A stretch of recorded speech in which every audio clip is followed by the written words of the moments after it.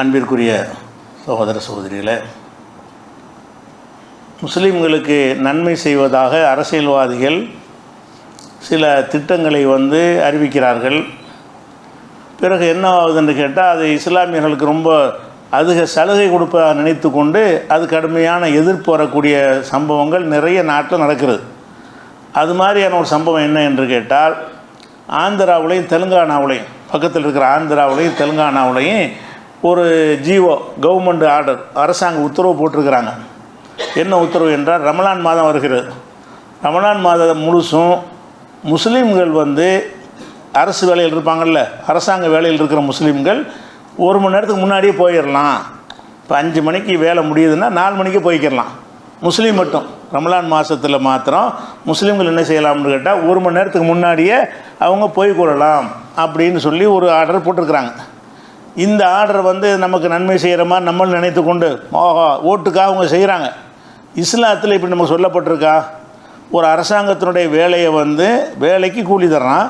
முஸ்லீம் அல்லாதவனும் முஸ்லீமும் சேர்ந்து வேலை செஞ்சான், அவனுக்கு மட்டும் 8 மணி நேரம், எனக்கு மட்டும் 7 மணி நேரம் வேலை, அதே சம்பளம்ங்கிற இஸ்லாத்துடைய நீதிக்கு உட்பட்டதா இது?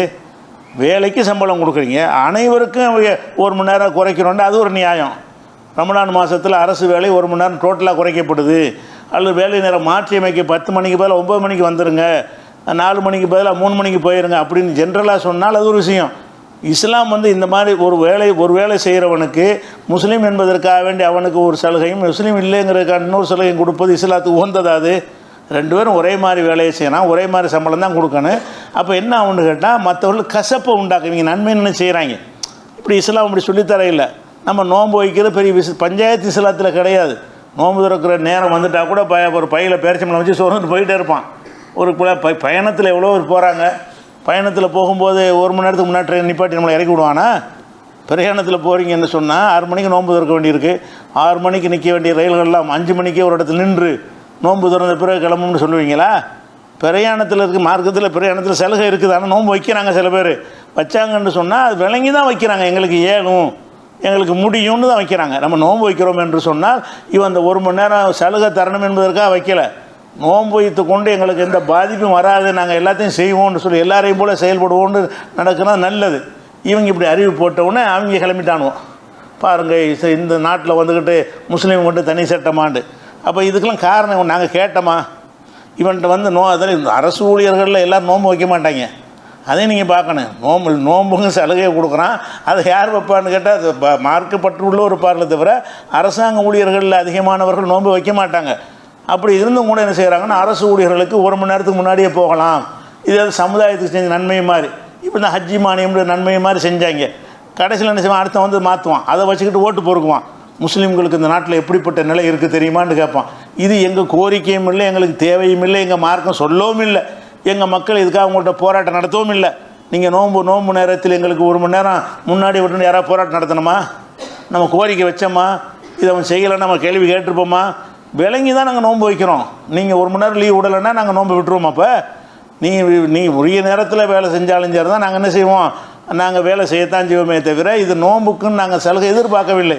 அப்போ ஆந்திராவில் முதல்ல தெலுங்கானாவில் அறிவிக்கிறான், அதை பார்த்துவிட்டு நோன்பு நெருங்க போதில் ஆந்திராவிலே அறிவிச்சிருக்கிறாங்க. இதில் எல்லாம் முஸ்லீம்களை திருப்திப்படுத்தலான்னு நினச்சி ஏமாத்துறாங்க.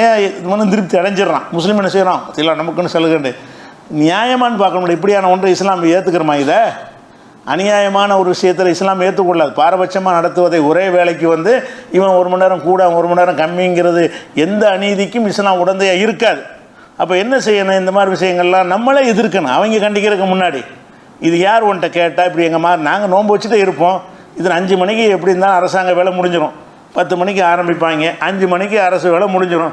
5 மணிக்கு முடிஞ்ச பிறகு 1 மணி நேரம் இருக்குது நோன்பு திறப்பதற்கு. 6 மணிக்கு 6 மணி 6:20 வருதா, 1.5 மணி நேரம் வரப்போகிறது. அந்த 1.5 மணி நேரத்துக்கு இடத்துல போய் என்ன செய்வான், அவன் நோன்பு திறந்துக்கிடுவான். நோன்பு திறக்கிற நேரமே வேலையில் இருக்கும் வந்தால் கூட அங்கே தண்ணியை குடித்து நோன்பு திறந்துக்கிடுவான்.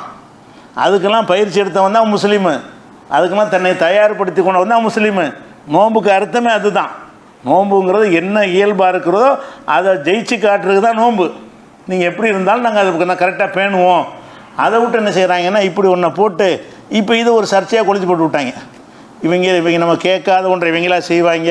அப்புறமேல இதை வச்சுக்கிட்டு இஸ்லாத்துக்கு எதிராக என்ன செய்வாங்க, முஸ்லீம்களுக்கு தான் எல்லா சலுகையும், நம்ம எவ்வளோ வக்குஃப் சட்டத்தை எடுத்து விட்டாங்கன்னு அந்த மாதிரி விஷயத்தை பேசுனா அது நியாயம் இருக்கிறது. அது மாதிரி என்பிஆர் என்ஆர்சி கொண்டு வந்து நம்மளை குடியுரிமை இல்லாமல் ஆக்குறான்னா அது நியாயம் இருக்குது. அந்த மாதிரி விஷயங்களை விட்டுட்டு இது கேட்காத விஷயத்தில், இஸ்லாம் சொல்லாத விஷயத்தையெல்லாம் முஸ்லீமுக்கு நல்லது செய்கிறேன்னு சொல்லி என்ன செய்கிறது, இவங்களா சில காரியங்களை செய்வது, அதன் மூலமாக ஓட்டு பொறுக்க பார்க்குறாங்க. நமக்கு பின்னடைவாகுது. முஸ்லீம்களை மற்றவன் தப்பாக அவனுக்கு வெறுப்பு வரும்ல அடுத்தவனுக்கு.